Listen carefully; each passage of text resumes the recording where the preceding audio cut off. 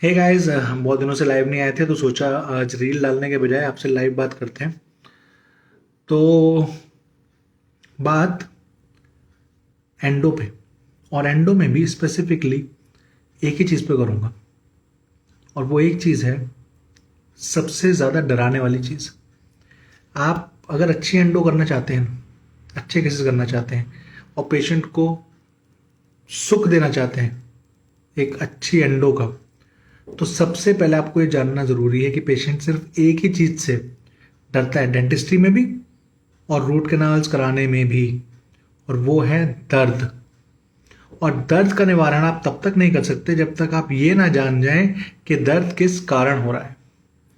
और कारण जानने के लिए सिर्फ इन्वेस्टिगेशंस, क्लिनिकल एग्जामिनेशंस ही ज़रूरी नहीं है।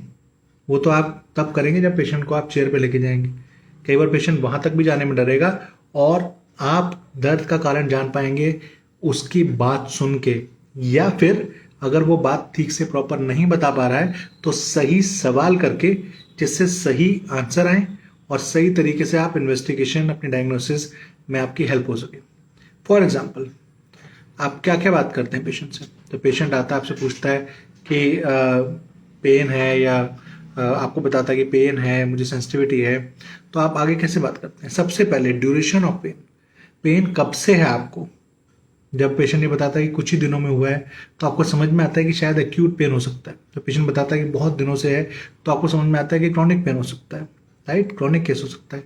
सिमिलरली, क्या चीज़ ट्रिगर करती है पेन को, क्या चीज़ रिलीव करती है पेन को? कई बार पेशेंट बोलेगा कि ठंडा पीते ही लगता है, एक्यूट केस हो सकता है। गर्म पीने से ज़्यादा लगता है, क्रॉनिक केस हो सकता है। पेशेंट ये बोल रहा है कि चबाने पे पेन होता है, पेरियो केस हो सकता है, पेरियो एंडोलीजन हो सकता है। कई बार पेशेंट आपको ये बोलेगा कि सर, ट्रिगरिंग फैक्टर के बाद रिलीविंग फैक्टर्स।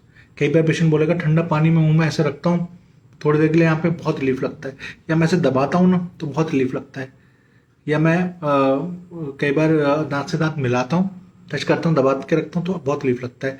एब्सेस हो सकता है, ठीक है, एब्सेस जब दबा रहता है तो कई बार पेन रिलीफ रहता है, ऐसा भी होता है। तो ट्रिगरिंग फैक्टर, रिलीविंग फैक्टर, कितना टाइम हुआ है, उसके बाद पेशेंट की पोजीशन, दैट मीन्स कई बार पेशेंट बोलते हैं कि सर इस तरफ मुंह करता हूँ ना या लेटता हूँ रात में तो पेन बढ़ता है।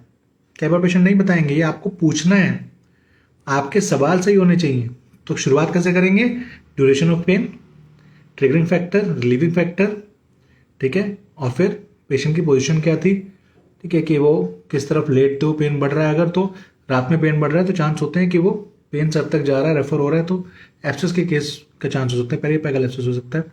ये सब बातें प्रॉपर इन्वेस्टिगेशन से पहले ही आपको काफ़ी समझ में आ जाती हैं। और कई बार आपको लास्ट क्वेश्चन आपको ये ज़रूर पूछना है कि आपने कोई मेडिकेशन इसके लिए लिया नहीं ली। अगर पेशेंट ये बोल रहा है कि मैं मेडिकेशन महीनों से खा रहा हूँ, आजकल लोग कीट्रोल डीटी ऑगमेंटिन अपने आप खा रहे हैं, या कई बार लोग ज़बरदस्ती लिख रहे हैं बहुत जल्दी ये मेडिसिन, और लोग रिपीट पे खाए जा रहे हैं। इससे आपको माइंडसेट पता लगता है पेशेंट का कि वो कितना ज़्यादा इग्नोरेंस दिखा सकता है आपके ट्रीटमेंट पे भी। वो कर सकता है कि आप मेडिकेशन लिख के भेजें और वो सालों साल खाता रहे। तो इसलिए ये सब फैक्टर्स को जब आप जान जाते हैं तो आपको पेन का कंट्रोल होना बहुत ज़्यादा आपके लिए इम्पोर्टेंट और इजी हो जाता है।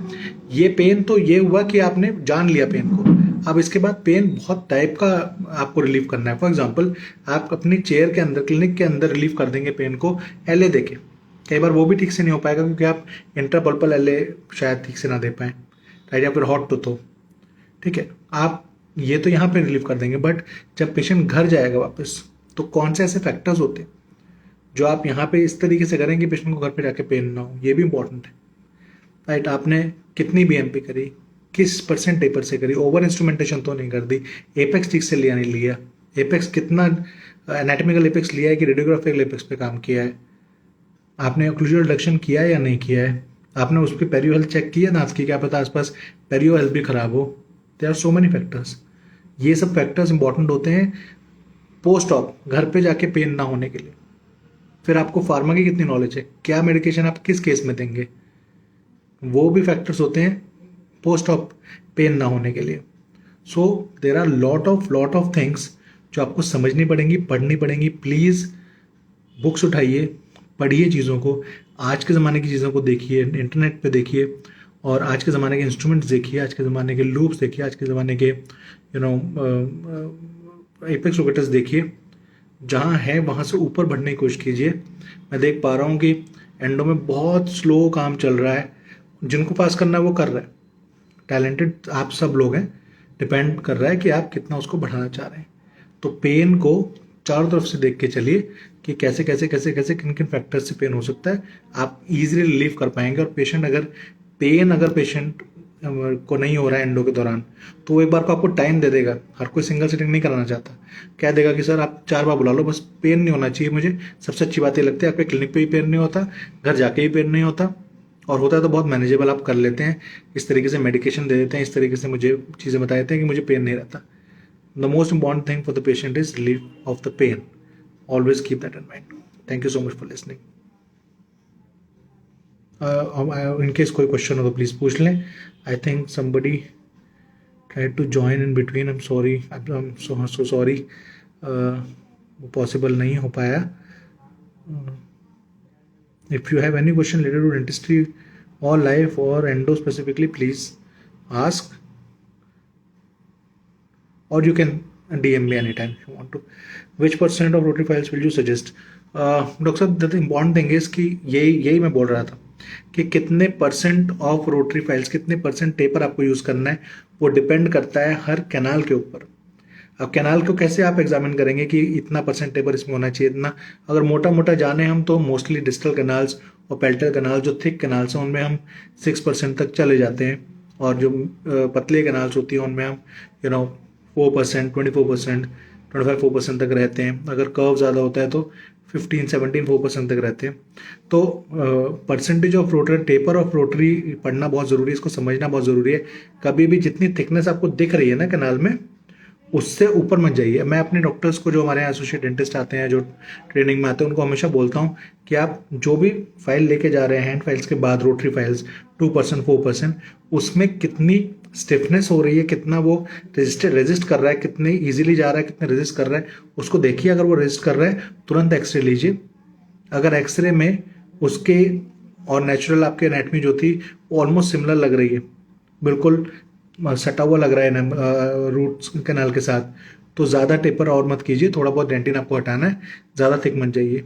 अगर लूज लग रहा है तो नेक्स्ट परसेंट ऑफ टेपर पे आप आ जाएंगे, या नेक्स्ट नंबर पे आ जाइए. 20 से 25% पे आ जाइए, 26% पे आ जाइए. सर मोस्टली इन एंडो कैसे भी avoid antibiotics. Avoid antibiotics in what case doctor साहब? मतलब एंटीबायोटिक्स अवॉइड करने की ज़रूरत तो नहीं है, बस एंटीबायोटिक्स पे छोड़ना पेशेंट को गलत है.